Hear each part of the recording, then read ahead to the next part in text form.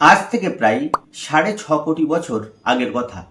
মহাকাশ থেকে ধেয়ে আসা আগুনের উল্কাপিণ্ড যখন পৃথিবীতে আসতে পড়ে, তখন ডাইনোসরের মতো বিশাল শক্তিশালী প্রাণীরা চিৎকার করতে করতে বিলুপ্তির পথে হেঁটেছিল। পৃথিবীর শতকরা ৭৫ ভাগ জীবই সেদিন চিরতরে মুছে গিয়েছিল। কিন্তু আজ আমরা যার কথা বলছি, সে একদিন এই আগুনের বৃষ্টি এবং বিষাক্ত ছায়ের মধ্যেও বেঁচেছিল। সে কে? কোন সেই দানবীয় শক্তি যা পৃথিবীর প্রতিটি মহাপ্রলয়কে হাসি মুখে পার করে দিয়েছে? আজ আমরা সেই রহস্যময় অমর সত্তার পর্দা উন্মোচন করব। প্রস্তুত থাকুন, কারণ আসল ভিডিওটি জানার পর আপনার রাতের ঘুম উঠে যাবে। এই সত্তাটির জন্ম ডাইনোসরের যুগেরও অনেক আগে, আজ থেকে প্রায় ৩২ কোটি বছর আগে, যখন পৃথিবীতে গাছের ফুল ফোটারও বয়স হয়নি, যখন মহাদেশগুলি আলাদা ছিল না, তখন থেকেই এই পৃথিবীতে তার রাজত্ব। কোটি কোটি বছরের বিবর্তনে পৃথিবী কতবার ধ্বংস হয়েছে। এসেছে হিমযুগ, বরফে ঢেকে গেছে চারিপাশ, আবার আগ্নেয়গিরির লাভায় পুড়ে গেছে পুরো পৃথিবী। শক্তিশালী শিকারী প্রাণীরা যুগে যুগে এসেছে, আবার বিলুপ্তি হয়ে গেছে। কিন্তু এই রহস্যময় জীবটি নিজের শারীরিক গঠনের সামান্যতম পরিবর্তন না এনেও টিকে আছে। বিজ্ঞানীরা যখন জিনগত ব্লুপ্রিন্ট বা ডিএনএ পরীক্ষা করে, তখন স্তম্ভিত হয়ে যায় তারা। এদের ডিএনএতে এমন কিছু জিনের সিক্রেট লুকিয়ে আছে, যা এদের কোনো বিষাক্ত পরিবেশের সাথে লড়াই করার ক্ষমতা দেয়। এটি যেন প্রকৃতির তৈরি নিখুঁত সার্ভাইভাল মেশিন। এখন আপনি যা শুনতে যাচ্ছেন তা কোনো সায়েন্স ফিকশন মুভি বা হরর গল্প নয়, একদম খাঁটি বিজ্ঞান। এই রহস্যময় প্রাণীটি কিছু ক্ষমতা আছে যা মানুষ তো দূরের কথা, পৃথিবীর অন্য কোনো স্বাভাবিক প্রাণীর থাকার কথা নয়। প্রথমত, এই প্রাণীটি আক্ষরিক অর্থেই সব খেতে পারে। পচা কাঠ, মরা চামড়া, কাগজ, আঠা, এমনকি কোনো বিষাক্ত রাসায়নিক জিনিসকেও এটি খাদ্য হিসেবে গ্রহণ করতে পারে। এদের পেটে এমন কিছু প্রাচীন ব্যাকটেরিয়া আছে যারা বিষকেও পুষ্টিতে রূপান্তরিত করে ফেলে।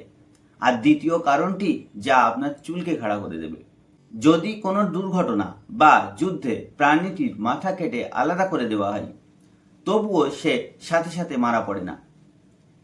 মাথা ছাড়া সে দিব্যি হেঁটে চলে বেড়াতে পারে পুরো একটা সপ্তাহ কিংবা তারও বেশি সময় ধরে। ভাবতে পারছেন, আমাদের মতো শ্বাস নেওয়ার জন্য এদের কোনো নাক বা মুখের প্রয়োজন হয় না।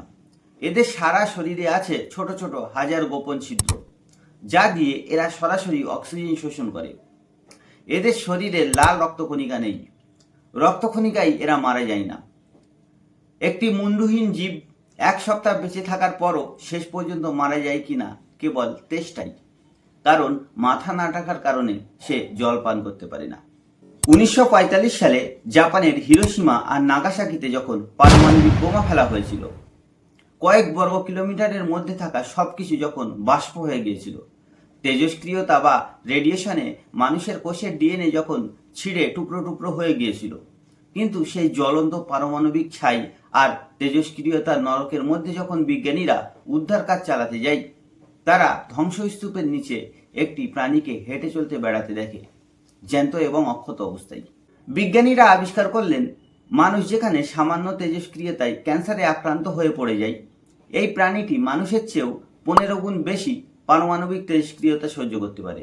এদের কোষ বিভাজনের গতি এতটাই ধীর যে রেডিয়েশন এদের কিচ্ছু করতে পারে না।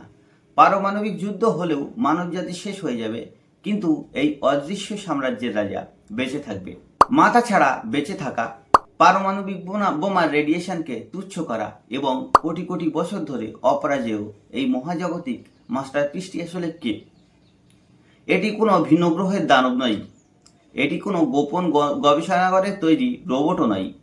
এটি হলো সেই প্রাণী যাকে আমরা প্রতিদিন রান্নাঘরে কিংবা বাথরুমে দেখি। আমরা যাকে একটি নোংরা কীট ভেবে ঘৃণা করি, বিজ্ঞান তাকে বলে পৃথিবীর ইতিহাসের সবথেকে সেরা সার্ভাইভার। যে প্রাণী মানুষ আসার 32 কোটি বছর আগে থেকে পৃথিবীতে আসে এবং হয়তো মানবজাতি বিলুপ্ত হয়ে যাওয়ার কোটি বছর পরও এই পৃথিবীতে নিজেদের রাজত্ব চালিয়ে যাবে। কে সেই প্রাণীটি? হ্যাঁ, সেই প্রাণীটি হলো আমাদের চেনা ককরোচ বা আরশোলা। প্রকৃতি সত্যি অদ্ভুত। যাকে আমরা সব থেকে দুর্বল এবং বিরক্তিকর জাতি মনে করি, তার মধ্যেই লুকিয়ে আছে কোটি কোটি বছরের বিবর্তনের সব থেকে বড় জীবনকাঠি।